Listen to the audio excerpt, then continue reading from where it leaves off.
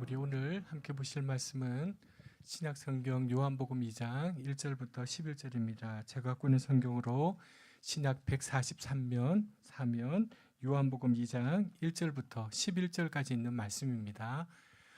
우리 함께 한 절씩 천천히 같이 함께 읽도록 하겠습니다. 사흘째 되던 날 갈릴리 가나에 혼례가 있어 예수의 어머니도 거기 계셨고 예수와 그 제자들도 혼례의 청함을 받았더니 포도주가 떨어진지라 예수의 어머니가 예수에게 이르되 저들에게 포도주가 없다 하니 예수께서 이르시되 여자여 나와 무슨 상관이 있나이까 내 때가 아직 이르지 아니하였나이다. 그의 어머니가 하인들에게 이르되 너희에게 무슨 말씀을 하시든지 그대로 하라 하니라. 거기에 유대인의 정결 예식을 따라 두세 통 드는 돌 항아리 6이 놓였는지라. 예수께서 그들에게 이르시되 물을 채우라 하신즉 아기까지 채우니 이제는 떠서 연회장에게 갖다 주라 하심에 갖다 주었더니 연회장은 물로 된 포도주를 맛보고도 어디서 났는지 알지 못하되 물도 온 하인들은 알더라. 연회장이 신랑을 불러 말하되 사람마다 먼저 좋은 포도주를 내고 취한 후에 낮은 것을 내거늘 그대는 지금까지 좋은 포도주를 두었도다 하니라. 예수께서 이 첫 표적을 갈릴리 가나에 행하여 그의 영광을 나타내심에 제자들이 그를 믿으니라. 아멘. 네, 우리 함께 얼굴을 보시면서 전후좌우로 인사하겠습니다. 한 주 동안도 수고 많았습니다. 한 주 동안도 있었습니다. 네, 날씨가 너무 춥죠. 네. 오늘 몸이 아파서 못 오시는 분들이 정말 많아요. 오늘 제가 아침에 카톡으로 엄청난 많은 분들이 오늘 몸살 감기로 못 오신다 하셔서 많이 있고 또 가족 여행을 보내시는 분도 있고 아마 지금 이 온라인으로 우리 조경현 집사님 가정은 지금 진해로 내려가고 있어요. 우리 송호가 내일 군입대라서 지금 이제 아마 아침에 지금 온 가족이 아마 이 온라인으로 예배를 차 안에서 드리면서 내려가고 있을 텐데 우리 교우들 건강하게 또 다음 주에는 그렇게 얼굴을 뵐 수 있으면 좋겠습니다. 지난 주일날 우리 그 조경희 집사님 아들 송호 군대 간다고 인사하면서 제가 아들 가진 부모님들을 놀렸다고 다들 이렇게 또 서운해하세요. 그래서 어떤 분은 제게 서연이 예연이 시집 갈 때 한번 보자 그러시면서 그때 어떻게 하는지 한번 보자 저한테 그러시더라고요. 이제 드라마나 영화나 이렇게 보다가 이제 결혼하는 장면이 나오면 옛날에는 예사롭지 않게 지나갔거든요. 근데 요즘은 서글퍼지기도 하고 울컥하고 그리고 이제 영화나 드라마에서 막 시집살이하는 장면 나오잖아요. 그럼 제가 괜히 화가 나고 저 어떻게 해야 되나 싶기도 하고 그런 마음이 들어요. 여러분 그 노래 중에 어느 60대 노부부의 이야기라는 노래가 있어요. 근데 사실은 이게 옛날 지어진 노래라서 지금 60대 노부부들은 그렇게 안 살거든요. 아마 80대 노부부로 바꿔야 될 것 같아요. 거기 보면 이런 가사가 있어요. 막내 아들 대학 시험 뜬 눈으로 지새우던 밤 이렇게 되어 있어요. 그러니까 막내 아들은 이제 시험을 얘기하고 그 다음 가사 이렇게 되어 있어요. 큰 딸아이 결혼식 날 흘리던 눈물 방울이 이제는 모두 말라 여보 그 눈물을 기억하고 되어 있어요. 그러니까 딸을 얘기할 때는 결혼을 얘기하더라고요. 그래서 이제 그러면 안 되는데 이제 그 결혼식 이제 이렇게 요즘 추례를 하거나 때로 어디 결혼식 가서 보면 아들은 별로 안 보이고 딸들 모습들만 보이고 그렇게 보여요. 그게 어쩔 수 없는 것 같아요. 오늘 예수님께서 혼인 예식의 청함을 받고 갔어요. 여러분 이 말씀을 읽으면서도 여러분 마음속에 다른 중요한 말씀들도 많이 있지만 이제 우리가 말씀을 묵상할 때는 그런 것도 필요해요. 예수님이 혼인 잔치에 청함을 받고 갔어요. 그러면 이제 우리가 여러분 이제 결혼식에 청첩장이 오거나 누가 결혼식 와달라 그러면 예수 믿는 사람들은 잘 가셔야 돼요. 근데 이제 가끔 우리 주일날 끼는 날이 있죠. 매주 52주 결혼식 가는 것은 문제이지만 중요한 친구 꼭 가봐야 될 결혼식은 나 예배 드린다고 교회 간다고 못 가면 안 돼요. 여러분 예수 믿는 사람들이라도 여러분 정말 중요한 사람들의 결혼 누구의 그 결혼이라면 가서 축하해 줘야 돼요. 예수님도 여러분 혼인 예식에 청함을 받아 갔어요. 그러니까 예수님도 그런 일상을 기쁘고 즐겁게 사셨어요. 요한복음 2장부터는 지난주에 말씀드렸던 그 1장에 말씀이 육신이 되어 이 땅에 오신 예수님으로 말미암아 옛 시대가 물러가고 새로운 시대가 도래했다는 소식을 이제 요한복음 2장부터 쭉 전하고 있어요.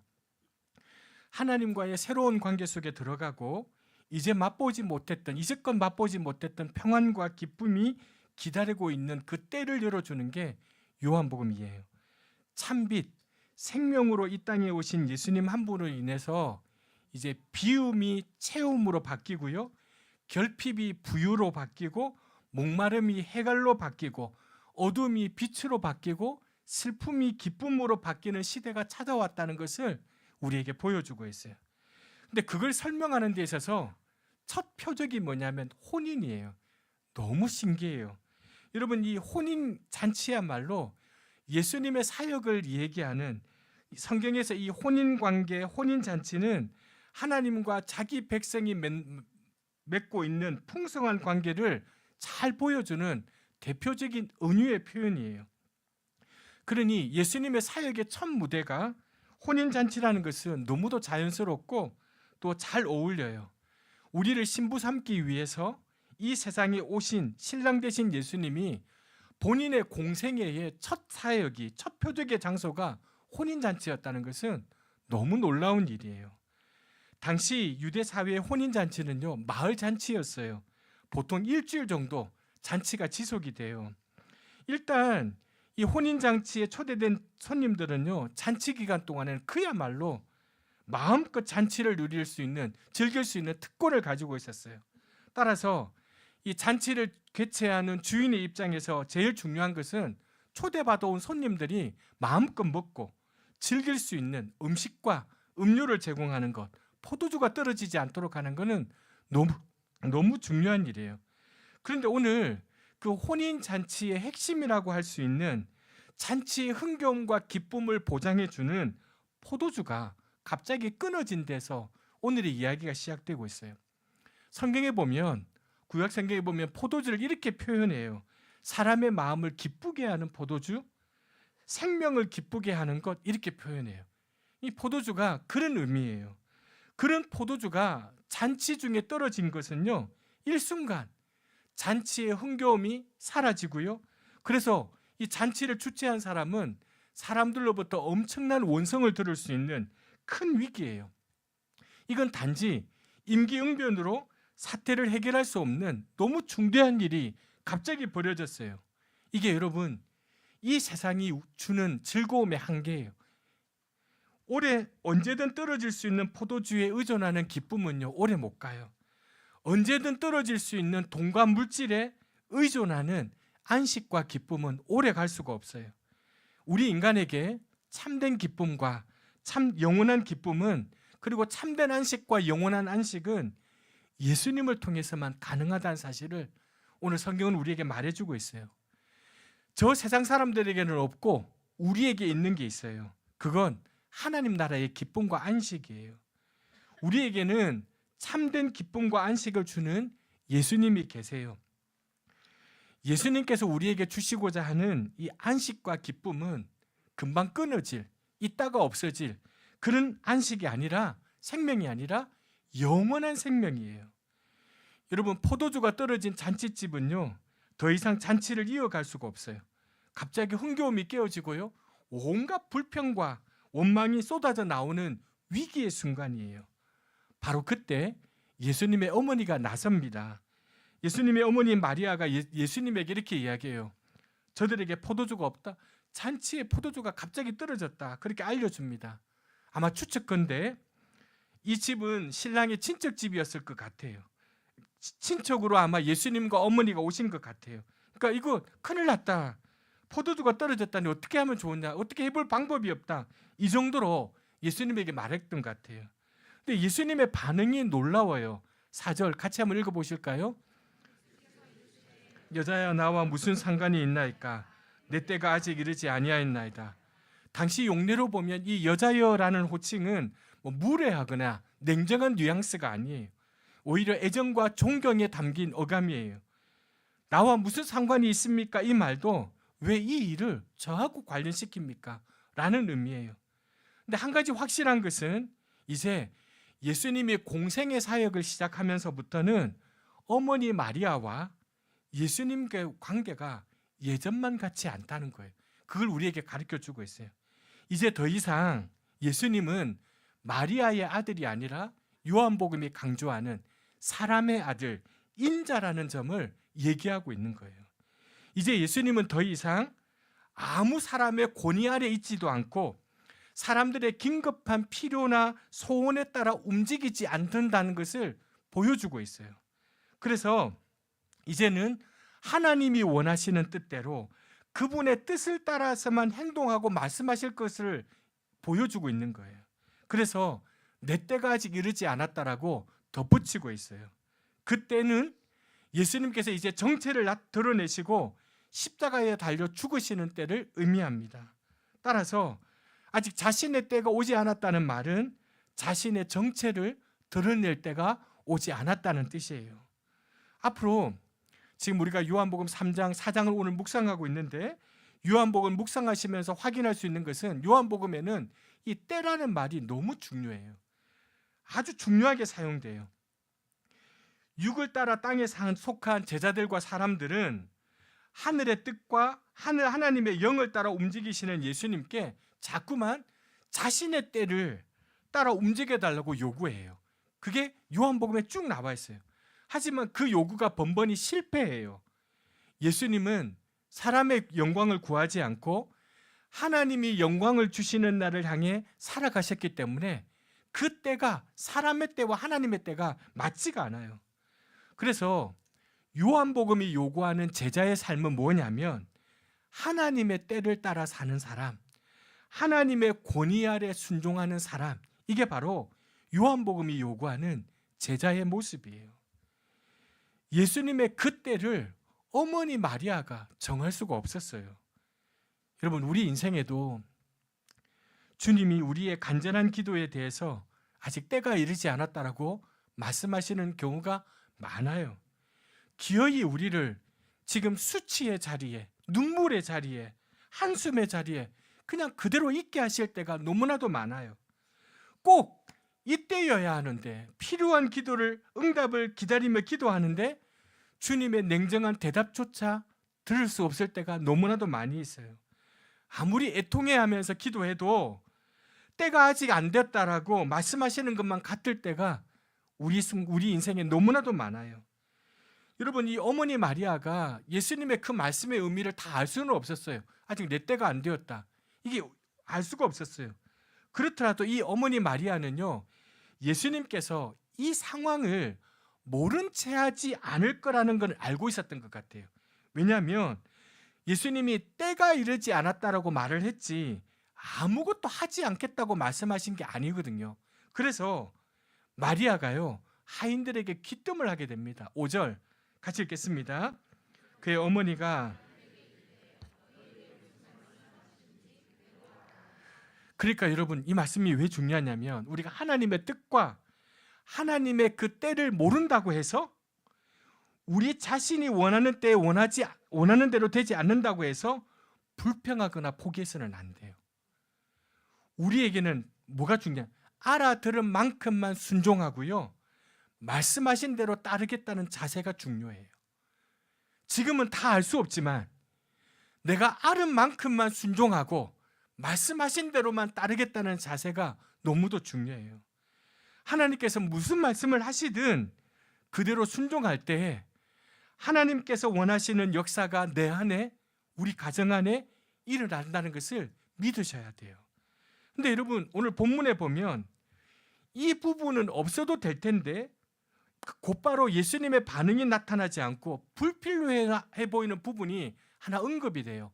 6절 같이 읽겠습니다. 유대인의 정결 의식을 따라 두세 통 드는 돌 항아리 6이 놓였는지라. 그 잔치마당 앞에는 6개의 돌 항아리가 있었는데 그 돌 항아리가 어떤 돌 항아리냐면 정결 예식을 위해 물을 담아 놓은 용기였어요. 신실한 유대인들은요, 손을 씻지 않고 음식을 먹으면 부정을 탄다 그랬어요. 여러분, 우리 어른들도 부정 탄다 그러잖아요. 똑같은 말이에요, 부정 탄다는 말이. 따라서 바깥에서 활동하는 동안에 부정한 것을 만졌을지도 모를 손을 반드시 씻어야 했어요. 여러분, 이 부정한이라는 뜻은 코이노스라는 헬라어는요, 단어가 구별하지 않다라는 뜻이에요. 여러분, 거룩이 구별이라는 뜻이잖아요. 그러니까 구별하지 않는 것은 부정한 것으로 봤어요. 유대인들은요, 안식일 때만 사용하는 그릇이 있었어요. 구별해 놓았어요. 누룩이 없는 음식을 담기 위해서 안식일에만 쓰는 그릇이 있었어요. 그런데 여러분 보세요. 누군가가 그 그릇을 구별하여 놓고 쓰는 것 귀한 일이에요. 그걸 나무랄 일은 아니에요. 근데 중요한 건 뭐냐면, 어떤 누군가가 평상시에 쓰는 그릇을 깨끗하게 씻은 후에 안식일에 쓰는 걸 딱 보고는요, 유대인들이 뭐라고 하냐면, 그렇게 하면 안 된다. 그건 부정한 거다. 그건 틀린 거라고 말하면 이게 틀린 거예요.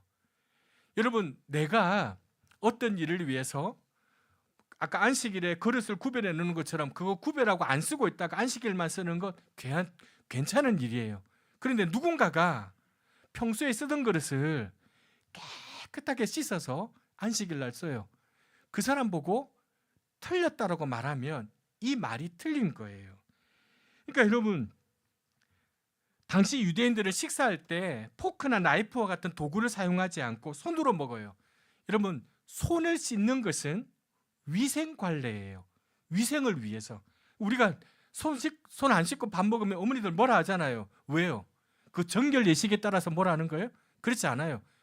손 안 씻으면 더럽기 때문에, 위생 때문에 그러는 거예요. 그런데 여러분, 바벨론 포로기 이후에 유대인들이 어떻게 바뀌었느냐면, 그러니까 바벨론 포로기가 너무 중요한데 그때를 기준으로 해서 유대인들이요, 율법을 아주 중요하게 생각해요. 자기들이 왜 바벨론 포로로 잡혀왔냐? 생각해 보니까 하나님 말씀대로 안 살았다. 그 말씀대로 살기 위해서 그 율법을 너무너무 강조하기 시작하는데, 그러면서 어떻게 했냐면 거룩함에 이르는 정결의식이 되어버려요. 이 위생의 관례가 정결의식이 되어버린 거예요. 그러다가 어떻게 되냐면 그게 종교행위가 되어지고 그게 그들의 전통이 되어버렸어요. 그러니까 손 안 씻는 게 이거는 위생관례인데 이게 종교의식이 되어가지고요, 그 다음부터는 전통이 돼. 그러니까 그렇게 안 하면 부정이 되는 거예요. 예수님이 물 항아리의 물을 포도주로 바꾸심으로써 더 이상 이 사람들은 정결의식을 행할 수가 없게 되었어요. 손을 못 씻는 거예요. 저 먹는 포도주가 되어버린 거예요. 그러니까 그 당시에 경건한 유대인들 입장에서 보면 더 충격적인 게 뭔가 하니, 물로 포도주를 만드는 것보다 더 충격적인 게 저 물에 손을 못 씻는 거예요. 손 씻을 물을 포도주로 바꾸어 놓은 것, 이게 그 사람들에게는 더 충격적인 거예요.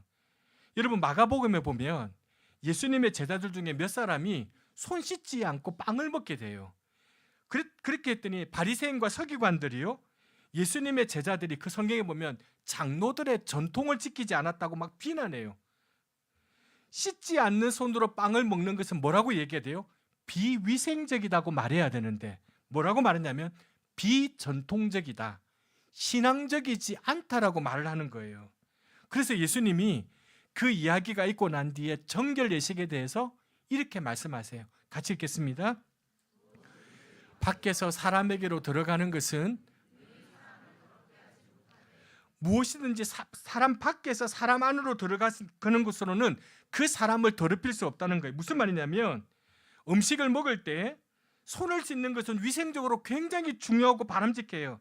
하지만 손을 씻지 않았다고 해서 저 사람을 부정하다고 말하는 것은 잘못된 거예요. 예수님의 말씀은 정결해야 될 것은 손이 아니라 마음이라는 거예요. 마음이라는 거예요. 그래서 예수님은 율법을 지키기 위해 후대에 만들어진 종교적인 전통들, 조상의 유전들을 다 폐지하셨어요. 다 폐지하셨어요. 왜요? 그 전통들이 하나님의 뜻을 가리고 사람들을 억압하는 도구로 만들었기 때문이에요. 여러분, 지금은 없는 것 같아요? 지금도 많아요. 우리 한국 교회 안에 성경에 없는 거 막 자기들이 만들어내가지고. 여러분, 우리 옛날 오래전에 교회 다니시는 분들 아시잖아요. 주일날 뭐 돈 쓰면 안 되잖아요. 그렇죠. 난리가 나죠. 버스도 몇 킬로 이상은 버스 타면 안 돼요. 그렇게 살았어요. 주일날 여러분 드럼이나 이게 기타 난리도 아니에요. 드럼 치는 거, 기타 치는 거 우리 어릴 때요 상상도 못할 일이에요. 어른들요. 여러분 여기 위에 여자들 올라올 수 있었어요? 못 올라왔어요. 우리 교회는 강대상이 낮았을지, 여러분 다른 교회 보면 강대상이 이렇게 막 높이 되어 있잖아요. 올라오면 여러분 난리도 아니었어요. 옛날 여자분들 모르고 올라왔다가 권사님들 막 뭐라 그러거든요. 그게 뭐예요? 사람들이 만들어 놓은 전통이에요. 유전들. 그러니까 그걸 여러분 처음에는 그냥 우리가 그렇게 하면 이게 그렇게 하면 예의가 안 맞아, 그렇게 하면 안 되지 하다가 이게 이제는 어떻게 냐면 종교의 의식이 되고 전통이 되어서요. 부정 타는 걸로. 거기 가면 부정 타. 여러분 예수 믿는 사람들 중에도 가만 보면 부정 탄다는 말 많이 해요. 그 위험한 얘기예요. 여러분 부정 탄다는 말은 굉장히 위험한 얘기예요. 우리 삶에 예수님을 모셔드리는 것은요, 관습과 전통에 얽매여 생명과 기쁨을 잃어버린 삶에서 잔치집 같은 생명력과 기쁨을 회복하는 거예요. 그게 예수님을 모셔다 드리는 거예요. 예수 믿고 나면요, 생명이 활짝 피게 만드는 자유가 있어야 돼요. 그래서 예수 믿고 나면요, 마음 설레는 기쁨을 누려야 돼요. 이게 예수 믿는 거예요. 예수님이 하인들을 불러서요, 항아리에 물을 채우라고 해요. 그랬더니 이 하인들이 항아리에 물을 아기까지 채워요. 이어서 예수님이 하인들에게 이렇게 얘기해요. 떠서 연회장에게 갖다 줘라, 이렇게 말을 합니다. 하인들 입장에서 보면 보세요, 여러분. 물을 채우는 일은 믿음 없이도 돼요. 그렇죠. 그냥 채우라 그러니까 물 갖다 부으면. 근데 그 물을 연회장에게 갖다 주라는 말은 믿음이 없으면 안 돼요. 여러분 이 하인들 입장에서 보면 맹물을 만약에 갖다 줬다? 어떻게 돼요? 큰일 나죠. 이 하인들 입장에서 보면 어떤 일이 벌어질지 몰라요. 근데 하인들이요, 예수님의 명령을 그대로 따라요. 맹물인데. 지금 하인들이 맛본 게 아니에요. 맹물인데 이걸 갖다 줘요. 여러분 물이 포도주로 변하는 기적은요, 하인들의 순종 없이도 돼요. 그렇죠. 예수님이 그렇게 하시니까. 물이 포도주로 바뀌는 기적은 하인들의 순종 없이도 가능해요. 하지만 그들이 순종할 때 이 하인들은 가장 극적으로, 가장 실감나게, 가장 먼저 예수님의 기적을 경험하는 사람들이 된 거예요. 예수님이 하인들에게 명한 것은요, 엄청난 일이 아니에요. 늘 하던 일이에요. 물 갖다 부어라. 늘 하던 일이에요.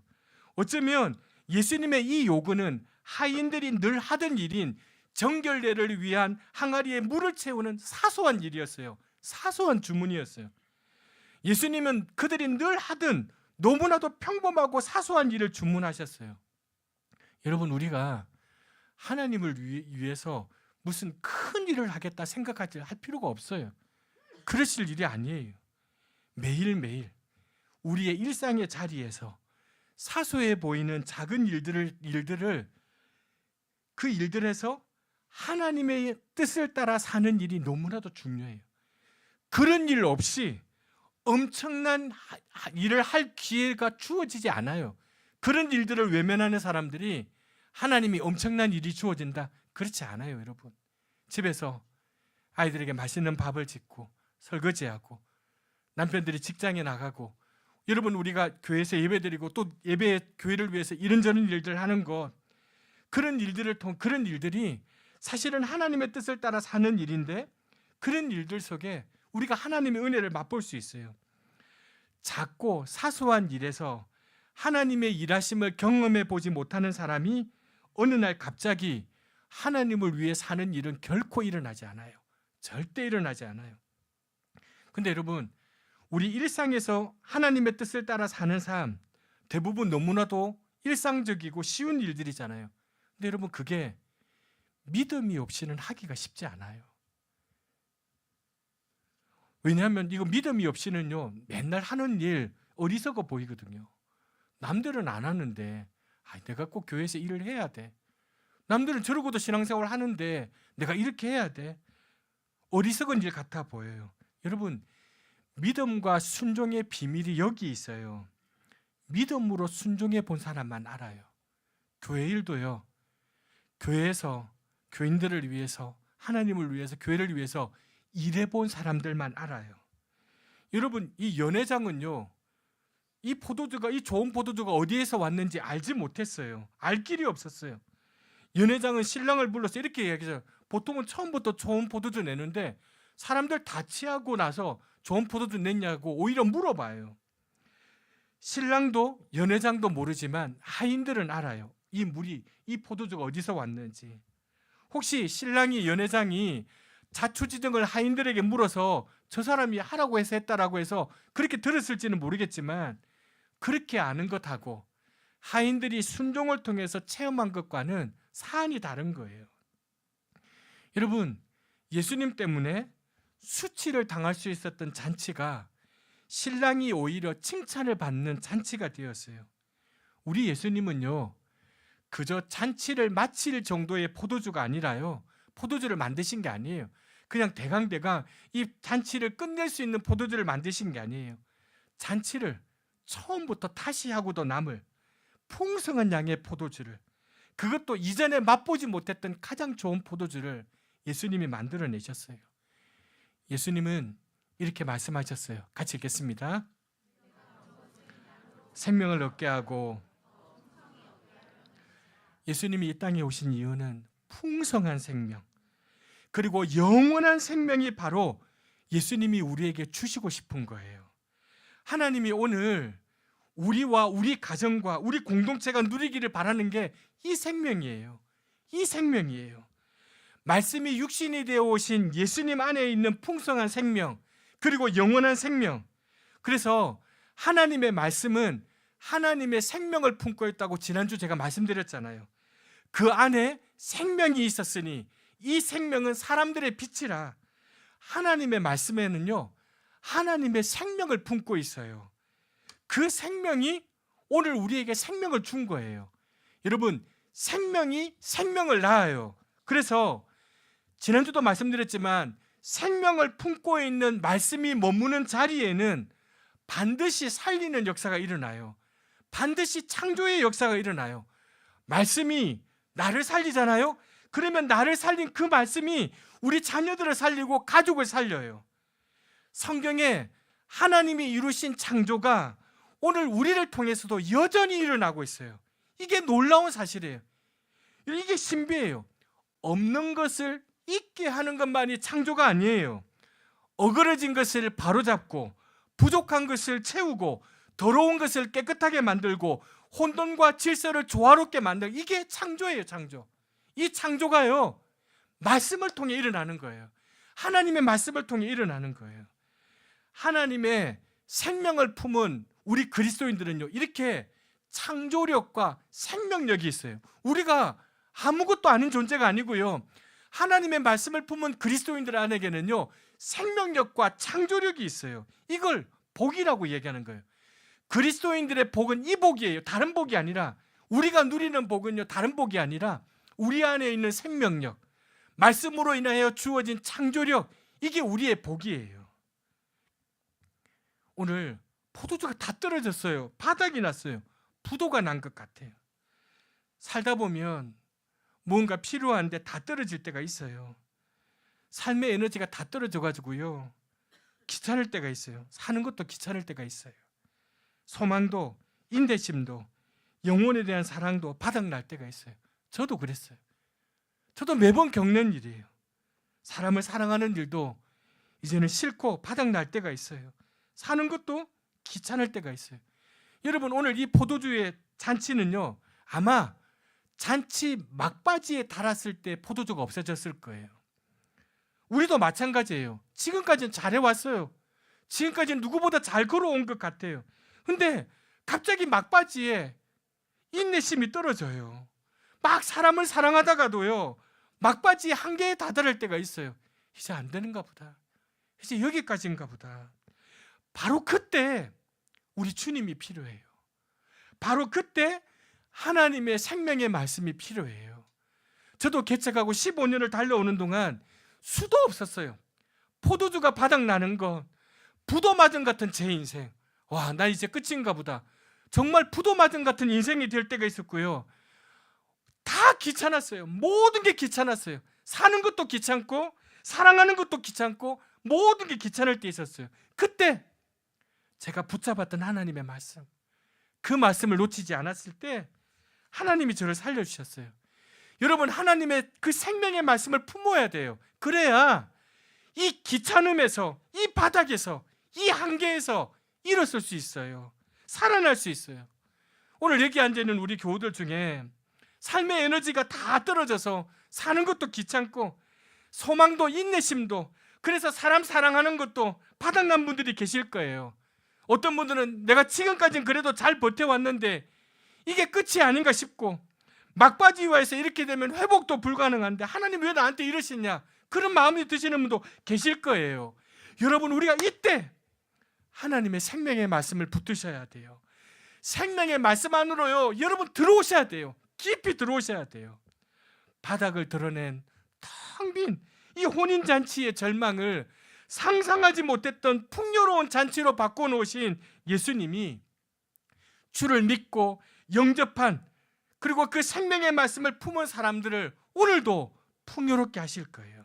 그래서 우리가 하나님께 받은 이 생명력을 나누고 창조력을 발휘해서 우리의 가족들 중에도, 우리 이웃들에도, 우리 공동체 안에 있는 사람들에게도 우리의 기도와 우리의 격려가 절실한 이들을 살려내는 그 은혜를 우리도 누릴 수 있는 거예요. 예수님을 믿지 않아도요, 살다 보면 혼인잔치 같고요, 살만 나는 일이 있어요. 그렇지 않아요, 여러분? 예수 믿지 않아도 그런 일들 많아요. 예수님이 계시지 않아도요, 포도주가 있기 때문에 흥이 나는 게 이 세상이에요. 하지만 오늘 주님이 우리에게 말씀하세요. 그 포도주 떨어지면 한순간에 기쁨은 근심으로 바뀌고 명예가 수치로 바뀐다. 그게 세상이 주는 즐거움이라는 거예요. 그 포도주의 자리에 돈을 올려놔도 괜찮아요. 명예나 자리를 올려놔도 좋아요. 지금의 나를 나대게 했던 그 무엇이 하루아침에 송두리째 잃어버리고 없어져서 나의 존재를, 내 자리를, 내 명예를 하루아침에 잃어버리게 만들 수 있다는 사실, 이게 하나님을 떠난 세상의 한계, 그 한계가 주는 결핍이에요. 오늘 이 말씀은 우리에게 이 세상에는 참되고 영원한 기쁨이 없다는 것을 우리에게 말해주고 있어요. 어쩌면 세상은 포도주스에다가 술을 조금 섞어가면서 포도주로 착각하게 우리를 만들고 있는지도 몰라요. 잔치 뒤에 허무함을 달래보려고 더 진한, 더 자극적인 충동을 찾아 나서는 애처로운 몸부림이 저에게도 여러분들에게도 있어요. 여러분, 오늘 포도주가 떨어진 이 자리는요, 하나님을 떠난 인간의 원초적인 자리예요. 풍성하지만 결정적인 그 무엇이 없어서 참된 기쁨을 잃어버린 인간의 자리가 어떻게 참다운 기쁨의 자리가 될 수 있는지를 우리에게 말해주고 있어요. 예수님은 마땅히 있어야 할 것이 없어서 무시와 멸시를 당할 수밖에 없고, 그래서 흥겨운 노래 대신에 울음과 탄식과 불평밖에 나올 것이 없는 아주 절박한 이들을 찾아 나서고 계세요. 그들의 눈물을 닦아주시고 무너진 마음을 보듬어 주시고 하나님 나라의 부요를 그분들에게 안겨주시기를 원하세요. 그래서 천국의 흥과 맛과 멋의 잔치에 참여하도록 우리를 지금도 부르시고 계세요. 다 그런 건 아니지만 우리 교우들 중에도요, 가만 보면 진한 포도주의 향이 나는 분들이 있어요. 술을 드셔서 나는 향이 아니고요, 예수를 믿어서 여러분들에게 나는 진한 포도주의 향이 나는 분들이 있어요. 제가 보면서요, 어떻게 견딜까, 저걸 이겨낼까? 포도주 다 떨어졌는데, 삶이 바닥인데, 인생이 부도난 것 같은데, 야, 저건 케어펀치다. 내가 봐도 저건 케어펀치다. 못 일어난다. 그런데 일어나요. 그런데 붙들고 일어나요. 그분들의 찬양에는요, 오래 묵힌 진한 포도주의 향이 나요. 가만 보니까 왜 그러냐면 그분들 안에 있는 예수님 때문에, 그분들 안에 여전히 계신 예수님 때문에. 물에 불과했던 우리에게서 그윽한 포도주의 향이 나오는 것은 우리 안에 계신 예수님 때문이에요. 사랑하는 교우 여러분, 우리 삶에 예수님을 초대하십시다. 우리의 삶이 잔치 자리가 될 거예요. 예수님이 계신 곳에서 삶은 축제가 될 거예요. 잔치는 아직 끝나지 않았어요, 여러분. 주님께서 오셔서 베풀어 주신 잔치가 지금도 계속되고 있어요. 제가 개인적으로 이런 말씀 드려서 죄송하지만 우리 양희복 권사님 예배 마치고 이렇게 나갈 때 되면요, 가끔 아니 자주 제게 그러세요. 목사님, 오늘도 잔치 같아요. 매주일 잔치 같아요. 풍성한 잔치 같아요. 목사님, 제가 오늘 배가 너무 불러요. 안 먹어도 배가 불러요. 정말 그러실까? 목사 기 세워 주려고. 근데 생각해 본 거예요. 어떻게 그런 마음이 들까? 그런 마음을 가질 수 있을까? 우리는 이 예배를 드리면서 어떤 감격과 환희도 기대하지 않는데 그런 잔치의 기쁨이 있을 거라고는 생각하지도 않고 예배 드리는데, 그냥 와서 습관적으로 시간 되니까 와서 예배 드리는데 어떻게 그 예배가 잔치 같을 수 있을까? 먹은 게 없는데 그 예배가 배부를 수 있을까? 우리는 어떤 기대도 어떤 생각도 하지 않고 예배 드리고 그냥 지나가는데, 우리 권사님은 끝나지 않는 잔치를 누리고 계시는구나. 아직 끝나지 않은 잔치를 누리고 계시구나. 목사가 그 마음이 부러웠어요. 저는 권사님의 그 마음이 부러웠어요. 사랑하는 교회 여러분, 잔치는 끝나지 않았어요. 주님께서 오셔서 베풀어 주신 잔치가 지금도 계속되고 있어요. 그럼에도 우리는 그 잔치에 눈 감고 우리의 노력으로 우리가 구할 수 있는 어떤 것으로 잔치를 만들고 즐기려 합니다. 주님께서 만들어 놓은 만들어 누리는 잔치가, 주님이 우리가 만들어 놓고 누리는 잔치가 주님이 베푸시는 잔치보다 더 즐겁다고 착각하고 살아가고 있어요. 이미 우리를 위해 베풀어 놓으신 잔치가 있는데 그 잔치에는 참여하지도 않고 그 잔치에는 어떤 기대도 어떤 흥분도 어떤 설레임도 없는데 그 안에서는 어떤 기쁨도 누리지 못하고 사는데, 우리가 만들어 놓고 누리고 있는 그 잔치가 그 어떤 잔치보다 귀한 것이라고 착각하고 살아가고 있어요. 사랑하는 여러분, 이미 우리 주님께서 베풀어 놓으신 그 잔치에 참여하십시다. 그 잔치 안에서 기쁨을 누리고 사십시다. 예수님이 가르치시는 신앙은요, 우리를 죄의식에 사로잡히도록 하고 해야 될 것, 하지 말아야 될 것을 목록 앞에서 전전긍긍하도록 만드는 신앙이 아니에요.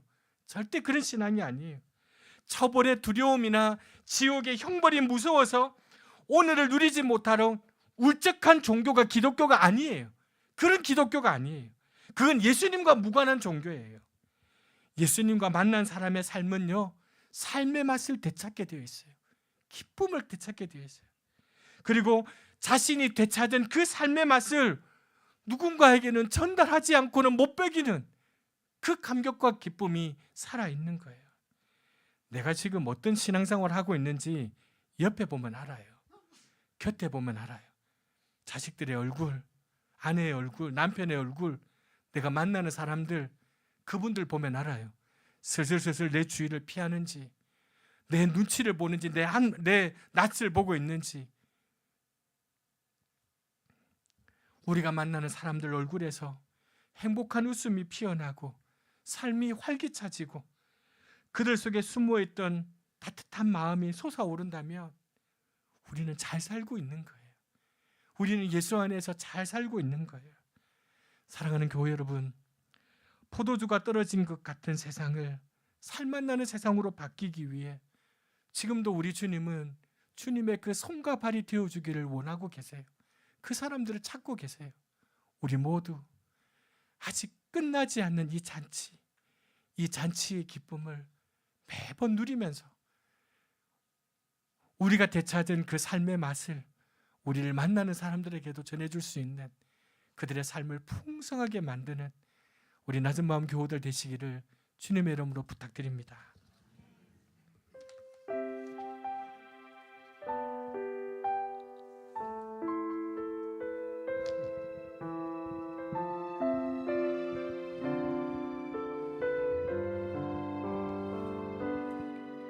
고달픈 삶의 은혜로 묻어지고 곧 사라질 것에 내 맘 두네. 헛되고 헛된 것들을 바라보며 그 은혜를 놓치며 살았네. 주어진 삶을 묵묵히 살아가며 날 붙드신 주 예수를 보내. 사망 가운데 놓여진 나의 삶을 날 건지신 그 이름 예수. 나의 한숨을 바꾸셨네. 주를 향한 노래로, 소망의 노래로 나의 눈물을 거두신 주 예수 이름 안에 살게 하소서. 고달픈 삶의 은혜도 무뎌지고 곧 사라질 것에 내 맘 두네. 헛되고 헛된 것들을 바라보며 그 은혜를 놓치며 살았네. 주어진 삶을 묵묵히 살아가며 날 붙드신 주 예수를 보내. 사망 가운데 놓여진 나의 삶을 날 건지신 이름, 날 건지신 그 이름 예수. 아멘. 나의 한숨을 바꾸셨네. 나의 한숨을 바꾸셨네. 주를 향한 노래로, 소망의 노래로 나의 눈물을 거두셨네. 예수 이름 안에 살게 하소서. 나의 한숨을 바꾸셨네. 나의 한숨을 바꾸셨네.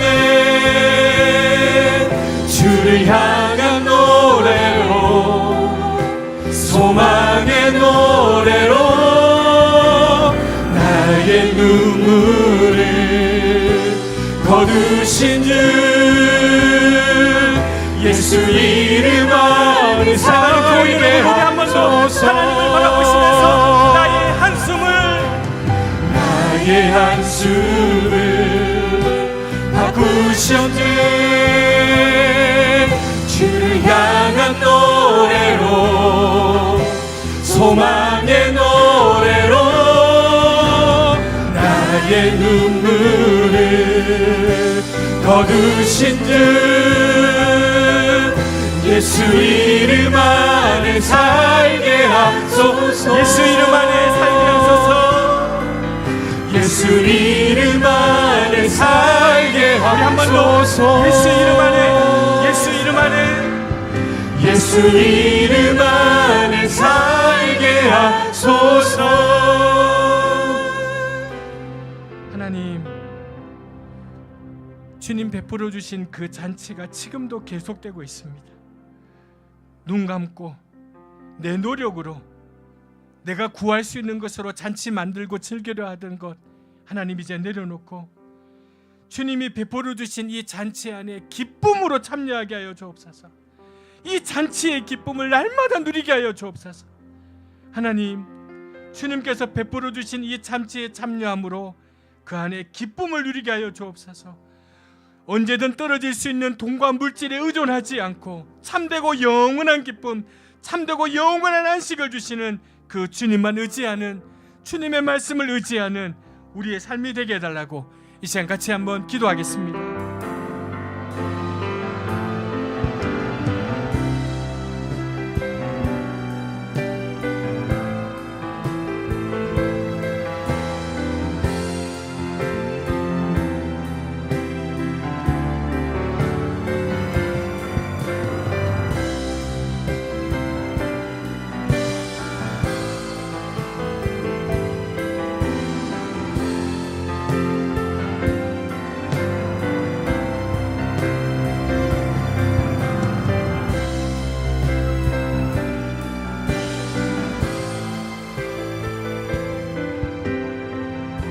사랑의 하나님,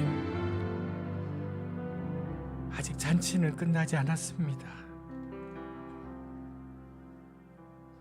어떤 분은 매주일, 어떤 분들은 매일 그 하나님의 말씀 앞에 서서 이 잔치의 기쁨을 누리는 사람이 있다면, 우리는 이 잔치에 눈 감고 내 노력으로 내가 어떻게 구할 수 있는 것으로 잔치를 만들고 즐기려 합니다. 주님이 베풀어 주시는 이 잔치에는 조금도 관심을 두지 않고, 조금도 설레어 하지 않고, 기대하지도 않고, 내가 만든 잔치, 내 노력으로 구할 수 있는 잔치에 하나님 우리의 마음은 가 있습니다. 그래서 잔치가 끝나면 더 공허했습니다. 잔치가 끝나면 더 진한 욕망, 더 붙들고 싶은 게 많아졌습니다. 하나님, 저희의 눈을 씻어주시어 이미 저에게 베풀어 놓으신 이 잔치에 참여하게 하여 주옵소서. 그 안에서 참된 기쁨을 누리게 하여 주옵소서.